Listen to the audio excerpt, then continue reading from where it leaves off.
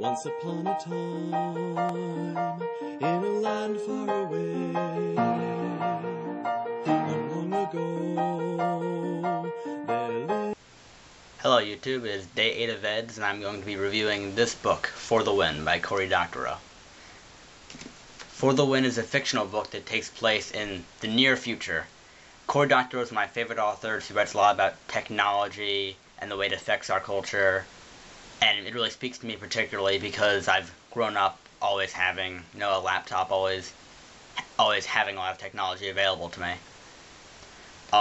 And what Cory Doctorow did in this book called For the Win is he took the MMORPGs that, there are a lot of them, like World of Warcraft and RuneScape, and he imagined a future where he could just, a few years in the future, where these become much more dominant in our culture. It's still totally recognizable as today, but like if you've ever read the Ender's Game series, there's an MMORPG called Ender's Universe. He just kind of let his imagination take over and didn't limit himself to writing in the present day.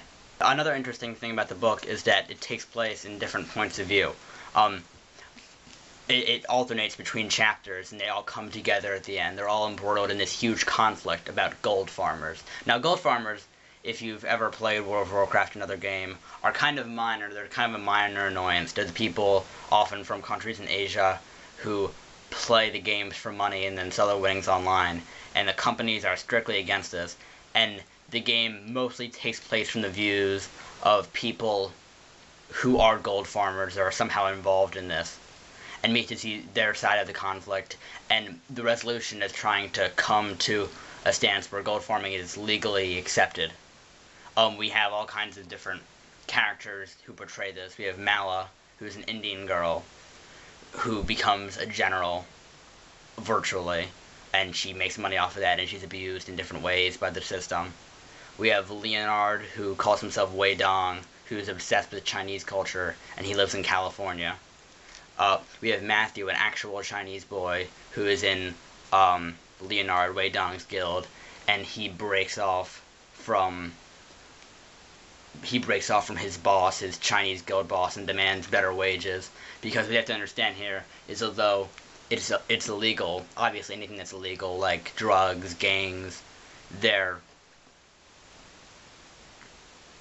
the drugs and the gangs, stuff like that, it's underground, so there's a lot of crime going on, a lot of shootings, and they're treated very poorly. And so Matthew, who lives in China, breaks off from his boss of the gold farming, and he finds his own little guild.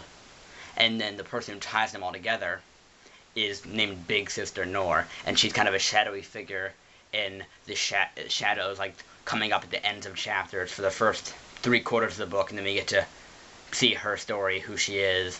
And then we also have points of view of a character named Connor, who is one of the heads of the game, and it comes to a pretty satisfying conclusion. I don't want to give spoilers, but overall this is a great book for technology. It's actually not my favorite Cory Doctorow book. My favorite Cory Doctorow book is called Little Brother. That'll probably be my next book review on this channel, but this is still a great book. It's very engaging. It probably has the achievement of being the only book I've ever managed to get my friend Jackson to read, and I recommend you read it. This book also shows a political future, which I think is very likely, where China and India and those countries have become more dominant, because even currently they're the largest producers of a lot of products and with the largest consumers, and eventually somewhere that relationship is going to have to break, and I think they're going to become more major powers than we are, unless the U.S. somehow changes that relationship. But this book shows the beginning of that happening. There's no definitive date is ever given, but I would have to guess the book takes place probably 5 years in the future. And even though the basic world stance on everything is the same, we start to see how America is shrinking in importance and how more promise is going with those Asian countries. Until next time, this is Paladin Kenny 1, signing off.